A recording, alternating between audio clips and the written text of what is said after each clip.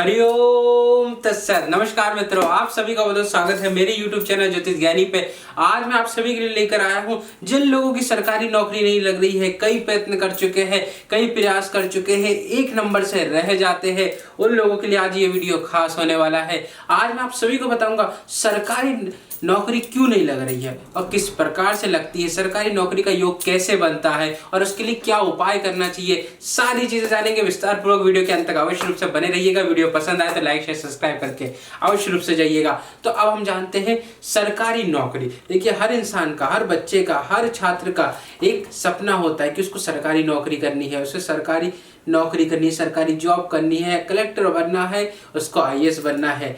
हमेशा हर इंसान का ड्रीम होता है, क्योंकि बचपन से हमें सिखाया जाता है कि सेफ्टी और सिक्योरिटी और वेल्थ हमें इसी चीज से मिलेगी और इज्जत, नाम, फेम तो मिलेगा ही मिलेगा। तो देखिए, हमारे हाथ में, हमारी हस्तरेखा में, देखिए नीचे पिक्चर आ रही होगी, हमारे हाथ में सूर्य रेखा, देखिए सूर्य रेखा, देखिए ये सूर्य रेखा दोनों ही हाथ में होनी चाहिए। रिंग फिंगर के नीचे दोनों ही हाथ में ये सूर्य रेखा होनी चाहिए और कहीं से भी कटी पिटी नहीं होनी चाहिए, धागे के समान पतली सी रेखा होनी चाहिए। तो ये हमारी सरकारी नौकरी को दर्शाता है।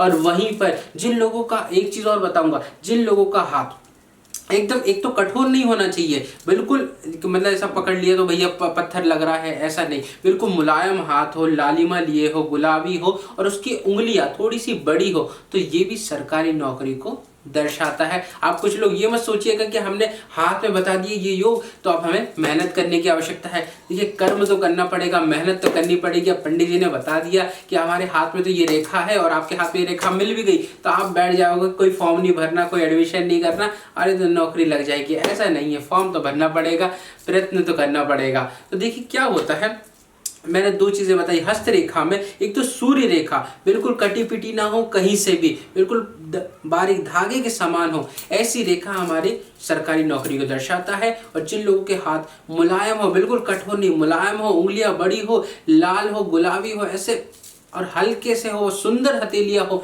ऐसे लोग सरकारी नौकरी को, और बड़े उच्च पद पर रहने वाले ऐसे व्यक्तियों को दर्शाता है। अब जन्म कुंडली की बात कर लेते हैं। हमारी जन्म कुंडली में सरकारी नौकरी को देखना। देखिए, हमारी जन्म कुंडली में सूर्य देव को और साथ में मंगल को और गुरु को, ये तीनों ही सरकारी नौकरी के योग बनाते हैं। यहाँ पर लग्न चार्ट आ रहा होगा, मैं आपको लग्न से बताता हूँ। देखिए, लग्न के जो घर है, देखिए चार्ट बन रहा होगा, इसमें देखिए प्रथम हाउस और फोर्थ हाउस, सेवंथ हाउस और दसम हाउस, ये चारों ही केंद्र के घर होते हैं। ये केंद्र के घर, यहाँ पर जब भी सूर्य विराजमान हो जाए, गुरु विराजमान हो जाए या मंगल विराजमान हो जाए तो ये हमारी सरकारी नौकरी को दर्शाता है, उच्च पद को दर्शाता है। हमारे जीवन में सरकारी नौकरी को ये ग्रह दर्शाते हैं। अगर केंद्र में, अगर तीनों में से एक ग्रह भी आपका बैठ जाता है ना, तो आपको सरकारी नौकरी अवश्य रूप से प्राप्त होगी। अगर हमारी जन्म कुंडली यहाँ पर हमारी लग्न कुंडली से देखना होता है तो आपको लग्न चार्ट में समझिएगा, मैं इसको हाईलाइट भी कर देता हूँ। प्रथम चार्ट, प्रथम, चतुर्थ घर, सप्तम घर और दसम घर, इन घरों में कर्म स्थान को, सप्तम स्थान को, चतुर्थ स्थान को, प्रथम स्थान पे यहाँ पर अगर अच्छे ग्रह बैठे हुए हैं, सूर्य ग्रह बैठा हुआ है, गुरु भी, देव गुरु बृहस्पति भी बहुत ज्यादा प्रभावशाली ग्रह होते हैं, ये भी सरकारी नौकरी को दर्शाते हैं, मंगल भी सरकारी नौकरी को दर्शाता है। तो ये अगर यहाँ पर विराजमान हो जाए तो आपकी सरकारी नौकरी के योग अवश्य रूप से होते हैं। अब देखिए, कई लोगों के योग बन रहे हैं, हस्तरेखा में योग बन रहे हैं, कुंडली में योग बन रहे हैं, फिर भी नौकरी नहीं लग रही है, कई प्रयत्न कर चुके हुए हैं, एक नंबर से रह जाते हैं। आप लोग सुनते होंगे कि एक नंबर से रह गया, अभी वैकेंसी नहीं निकली, वैकेंसी में नंबर रह गए, ये लिस्ट में नाम नहीं आया। तो ये सब चीजें क्यों रहती है? तो देखिए, ये चीजें इसलिए होती है कि देखिए, हमारे जन्म कुंडली में योग तो बन रहे हैं, पर वो योग कहीं ना कहीं कोई ना कोई पाप ग्रह बिगाड़ रहा है, कोई ना कोई ग्रह उसको बिगाड़ रहा है। तो उसके लिए हमें उपाय भी करना नहीं अत्यंत आवश्यक है। तो उसके उपाय के रूप में बता देता हूँ। जो लोग यहाँ तक आए हैं उनके लिए पहला उपाय बता देता हूँ। देखिए, पहली चीज सिंपल सा उपाय है। देखिए, जब भी आप कभी भी एडमिशन ले रहे हैं, कॉलेज के लिए एडमिशन ले रहे हैं, हॉस्टल के लिए एडमिशन ले रहे हैं, कहीं फॉर्म भर रहे हैं या एग्जाम भी कर रहे हैं, तो आपको सबसे, एग्जाम का तो छोड़िए, एग्जाम का तो डे अपन नहीं देख सकते, कोई बात नहीं, एडमिशन ले रहे हैं, कोई फॉर्म भर रहे हैं या कहीं भी ऑनलाइन अप्लाई कर रहे हैं, तो आपको शुक्रवार और सूर्य यानी कि सोमवार के दिन या शुक्रवार के दिन आपको ये कार्य करना चाहिए। मंगलवार और शनिवार आपको गलती से भी नहीं करना है। मंगलवार शनिवार को आपको कुछ भी कदम नहीं उठाना है एडमिशन का लेके, कोई फॉर्म वगैरह को लेके, या कहीं भी आप जा रहे हैं कॉलेज में बात करने भी जा रहे हैं तो मंगलवार शनिवार को आपको टालना है। सोमवार कर सकते हैं, शुक्रवार को कर सकते हैं। गुरुवार हम इसलिए नहीं ले रहे हैं कि गुरुवार को किया हुआ कार्य हमारे उस कार्य को बार बार करने को दर्शाता है। तो अगर आप कोई बैंक में पैसा जमा करने जा रहे हैं या गोल्ड वगैरह खरीद रहे हैं या कोई भी अच्छी चीज खरीद रहे हैं तो आप गुरुवार का दिन रख सकते हैं। पैसा वगैरह बैंक में जमा करने जा रहे हैं तो उस दिन गुरुवार को आप कर सकते हैं, या गोल्ड वगैरह खरीदना चाहे तो गुरुवार के दिन आप कर सकते हैं। दूसरे उपाय के रूप में हम करेंगे, आपको एक तो सिंपल सा उपाय है, आप 3 चीजें पीतल, तांबा और चांदी, ये मिश्रित अंगूठी बनवानी, छल्ला बनवाना है और उसको आपको रविवार के दिन आपको धारण करना है। आपको या तो ब्रह्म मुहूर्त में या सूर्य उदय के पहले आपको धारण करना है। ये आप धारण कर सकते हैं, इससे आपको सूर्य आपका इससे मजबूत होगा। आपको याद रखना है पीतल, तांबा, चांदी। इससे अगर आपको ये मिश्रित अंगूठी नहीं मिल रही है तो आप तीनों प्रकार की अंगूठी लेकर अपने रिंग फिंगर में, लड़के अपने दाएं फिंगर में, लड़की अपने बाएं फिंगर में, रिंग फिंगर में धारण कर सकते हैं। रविवार के दिन आप धारण कर सकते हैं। ये चीजें आपको करनी है। और तीसरे उपाय के रूप में आपको हमेशा सुबह उठकर, डेली ये उपाय करना है, सुबह उठकर सूर्य देव को अर्घ जल चढ़ाना है। आपको पहले तो ब्रह्म मुहूर्त में उठ के स्नान वगैरह आदि करके तैयार रहना है, उसका सूर्य देव को जल चढ़ाना है। तो आपको जो कलश लेना है वो कॉपर का यानी कि तांबे का लेना है। उसमें आप मिश्री डाल सकते हैं, चावल डाल सकते हैं, लाल फूल डाल सकते हैं। ये डाल के आपको सूर्य देव को जल चढ़ाना है और इस मंत्र का ओम ह्रीम हम सा, ये मंत्र आपको पढ़ना है। ये सूर्य का मंत्र है, ये मंत्र आपको बोलना है।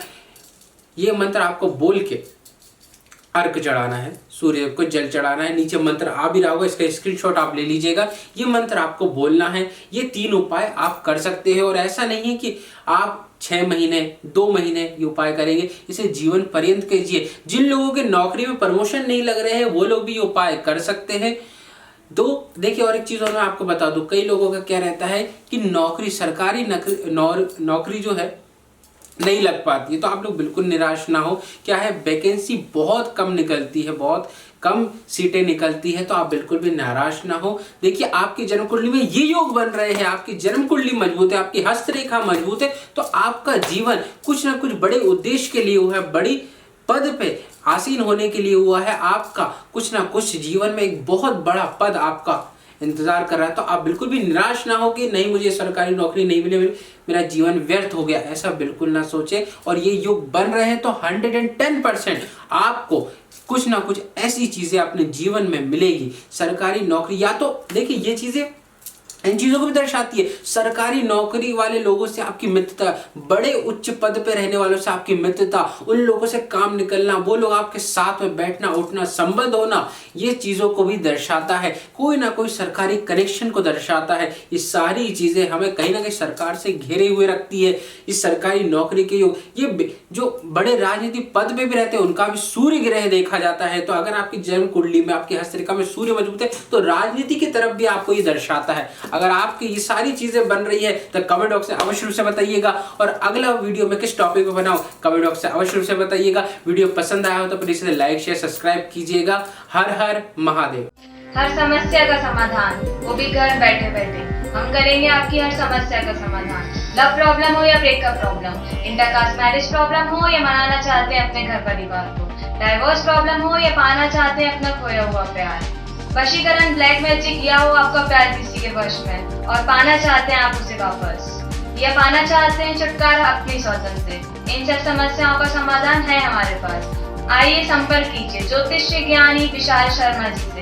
अधिक जानकारी के लिए विजिट करें हमारा YouTube चैनल ज्योतिष ज्ञानी और संपर्क करें। हमारा कॉन्टैक्ट नंबर है 7828912229। धन्यवाद।